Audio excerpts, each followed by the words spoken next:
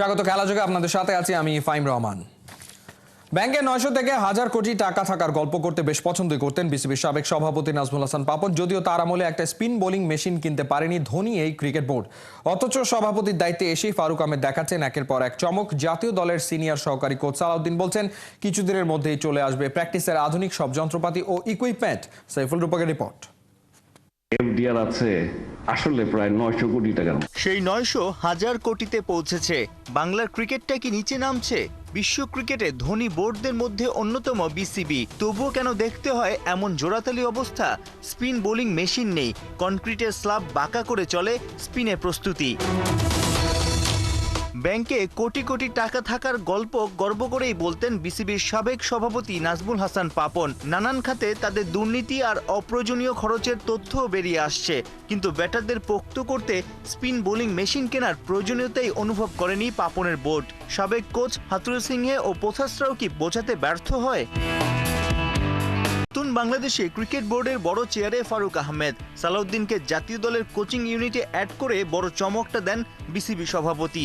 দায়িত্ব পেয়ে বসে নেই, যেসব ফ্যাসিলিটিস বাড়ালে ক্রিকেটারদের স্কিল বাড়বে সেই লিস্টও বোর্ডকে দিয়েছেন মোহাম্মদ সালাউদ্দিন। মিডল ওভারে যে বাংলাদেশের ব্যাটাররা স্পিনটা খারাপ খেলে আপনিই বলছেন। দেখুন, মেশিন তো মেশিন, ঠিক আছে, মেশিন আর হাত এটার মধ্যে অনেক ডিফিকাল্ট আছে, বাট এটা নিয়ে কথা হয় না। এগুলো আসলে খুব আমার মনে হয় যে এগুলো খুব ভালো খবর না। এগুলো অলরেডি আমাদের এগুলো নিয়ে কথা হচ্ছে, আমরা খোঁজখবর নিচ্ছি কোথায় কী পাওয়া যাচ্ছে, কীভাবে আগের যে একজন কোচ আসলে বলে গেছে যে তাকে দেয় না আমি জানি না, কিন্তু বাট আমি যখন বলছি আমাকে তো বলছে আমাকে এনে দিবে। সো এটা তো আসলে খুব বড় ফ্যাক্টর না। আমার কাছে মনে হচ্ছে আমি যা যা চাচ্ছি সবই আমি মোটামুটি পাচ্ছি। তো এই নিয়ে আমার খুব বেশি আমি এই নিয়ে কোনো হতাশ না। বাট হয়তো দেখুন আমাদের মাঠে শপথ আছে, হয়তো উইকেট টুইকেট যদি একটু বেটার হয় তখন হয়তো ছেলেদের জন্য অনেক ভালো হবে। বিপিএলে কুমিল্লা ভিক্টোরিয়ান্সের কোচ থাকাকালীন একবার সালাউদ্দিন বলেছিলেন বাংলাদেশি ব্যাটারদের কমন সেন্সে ঘাটতি, পরিস্থিতি বুঝে সিদ্ধান্ত নিতে পারফর্ম করতে ব্যর্থ হন। সেই সমস্যার সমাধানে এখন কতটা তৎপর জাতীয় দলের সিনিয়র সহকারী কোচ? এইচপিটা খুব ইম্পর্টেন্ট জায়গা। এইচপি এই জায়গাটা আসলে আর আমার মনে হয় আরও ভালোভাবে কাজ করা উচিত, কারণ অনেক জিনিস আমাদের যেটা ন্যাশনাল টিমে বলতে হইতেছে সেটা আসলে আমাদের বলা উচিত ছিল না। আমি যেটা মনে করি, আমার যেটা তৈরি হয়ে আসতো। হ্যাঁ, এটা অনেক কিছুই আসলে আমাদের ওইটা একটা ন্যাশনাল টিমের ছেলেরা আসলে বলা উচিত না, আমি যেটা মনে করি, বাট আমাদের হয়তো বলতে হইতেছে। তার মানে হয়তো আমাদের কোথাও না কোথাও কিছু আসলে আগের থেকে হয়তো আমরা শিখে আসতেছি না, বা এটা পরে এসে শিখতে হইতেছে। সো এইখানে আমাদের আসলে এখানে সবারই হেল্প করতে হবে, যারা 19 আছে 19 থেকে শুরু করে একেবারে আমাদের এই জায়গাটা যদি আমাদের একটা ভালো চেইন থাকে, তাহলে আমার মনে হয় এইটা যদি একটা আমার মনে হয় যে এই 19 এইচপি, বাংলা টাইগার এবং ন্যাশনাল টিম এদের মধ্যে যদি একটা ভালো সমঝোতা থাকে আমার মনে হয় তাহলে হয়তো আমরা আমরা আসলে সঠিক জায়গায় যেতে পারবো। এছাড়া আসলে আমার মনে হয় না সবাই যদি ইন্ডিভিজুয়ালি আলাদা আলাদা কাজ করে সেখানে আসলে ভালো কিছু হওয়ার সম্ভাবনা নেই। আগে যেমন একটা সময় ছিল ছেলেদের জোর করে হয়তো জিমে পাঠানো হতো, কিন্তু এখন কিন্তু তাদেরকে সবাই নিজের ফিটনেসের ব্যাপারে, নিজের খাদ্যাভ্যাসের ব্যাপারে, নিজের প্র্যাকটিসের ব্যাপারে সবাই কিন্তু অনেক সচেতন। তো এইগুলোই আসলে একটা সময় কালচারটা যখন চেঞ্জ হয়ে যাবে তখন হয়তো আরও ভালো অবস্থায় যাবো আমাদের। সালাউদ্দিনকে পেয়ে ক্রিকেটাররা খুশি, ওদের বিশ্বাস আসছে দিনে দৃশ্যমান হবে উন্নতি। সাইফুল রূপক, ৭১। চিকিৎসা শেষে রাজধানীর এভারকেয়ার হাসপাতাল থেকে বাসায় ফিরেছেন তামিম ইকবাল। আগের চাইতে বেশ সুস্থ আছেন তিনি। আপাতত তাকে বাসায় থাকতে হবে বিশ্রামে। উন্নত চিকিৎসার জন্য ব্যাংকক কিংবা সিঙ্গাপুরে নিয়ে যাওয়া হতে পারে তামিমকে। চিকিৎসকরা জানিয়েছেন স্বাভাবিক জীবনে ফিরতে অন্তত 3 মাস সময় লাগবে তামিমের। মেনে চলতে হবে কিছু বিধি নিষেধ। এর আগে বিকেএসপিতে গেল সোমবার ডিপিএল খেলতে গিয়ে হার্ট অ্যাটাক করে অসুস্থ হয়ে পড়েন তামিম। ভর্তি করা হয় গাজীপুরের কেপিজে হাসপাতালে। সেখান থেকে মঙ্গলবার রাতে চিকিৎসার জন্য আনা হয় রাজধানীর এভারকেয়ার হাসপাতালে। পৃথিবীর সবচেয়ে বেস্ট ট্রিটমেন্ট পেয়ে আমাদের মাঝে ফিরে আসছেন, এই জন্য আল্লাহর কাছে আমরা কৃতজ্ঞতা প্রকাশ করছি। প্রথমে উনি কেপিজে হাসপাতালে ভর্তি ছিলেন, পরবর্তী এভারকেয়ার হাসপাতালে আসেন।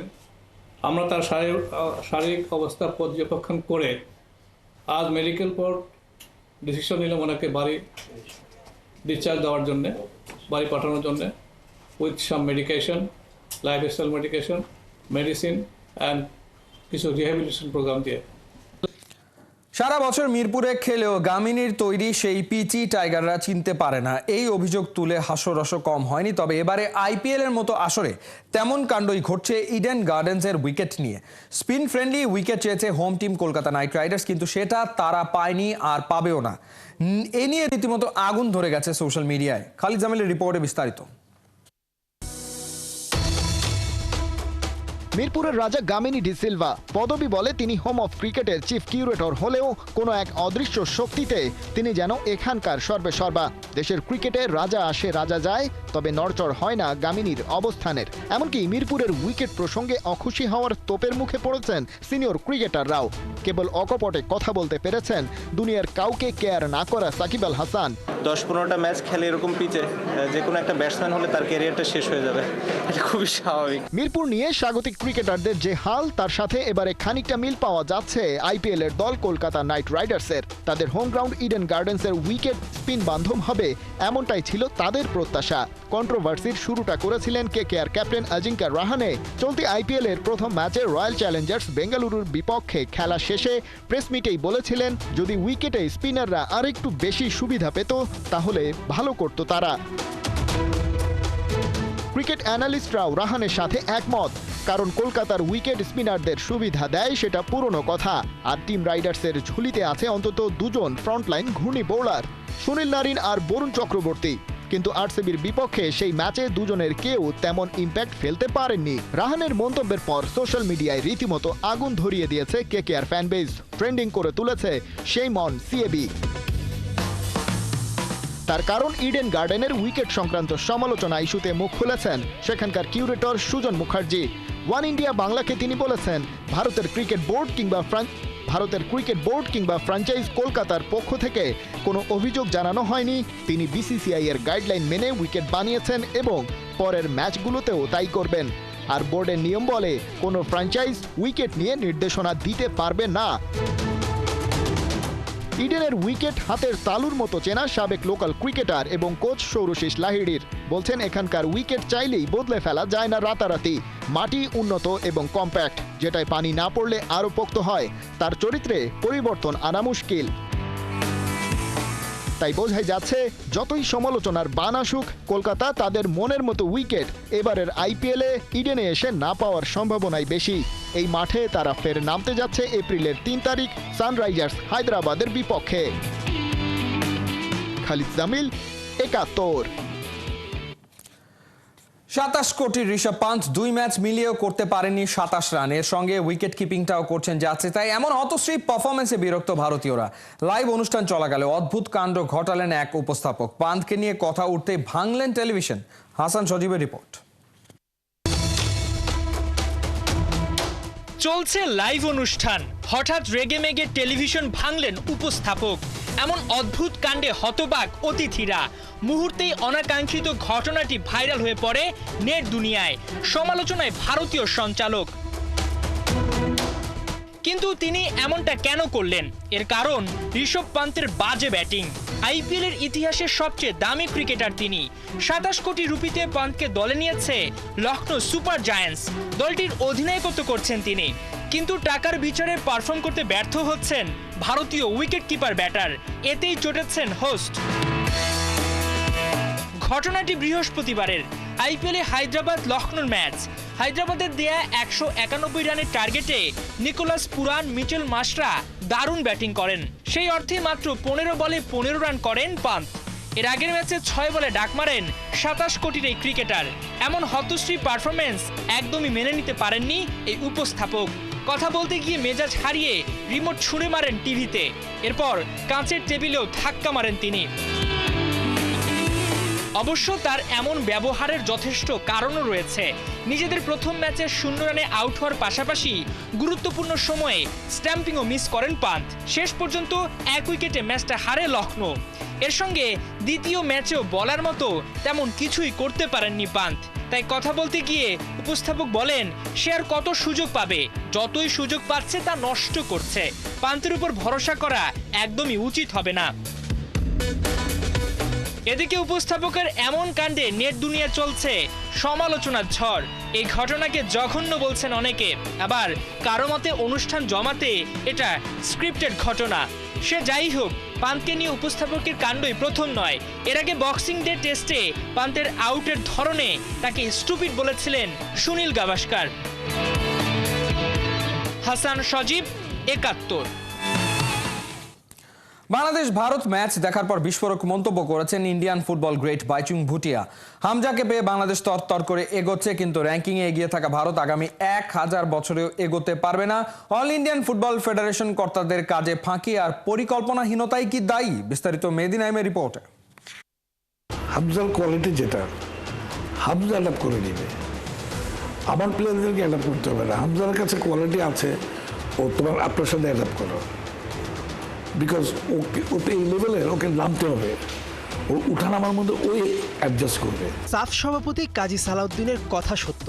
সুনীল ছেত্রীর ফেরাটা প্রমাণ করে ভারত দুর্বল দল। বাংলাদেশের সঙ্গে ম্যাচ শেষে যেটা আরও দৃঢ় করে। অনেক ফুটবল বিশ্লেষক মনে করেন 40 বছরের ছেত্রীর জায়গায় ইয়াং কাউকে দলে সুযোগ দিলে এগিয়ে যেত ভারত।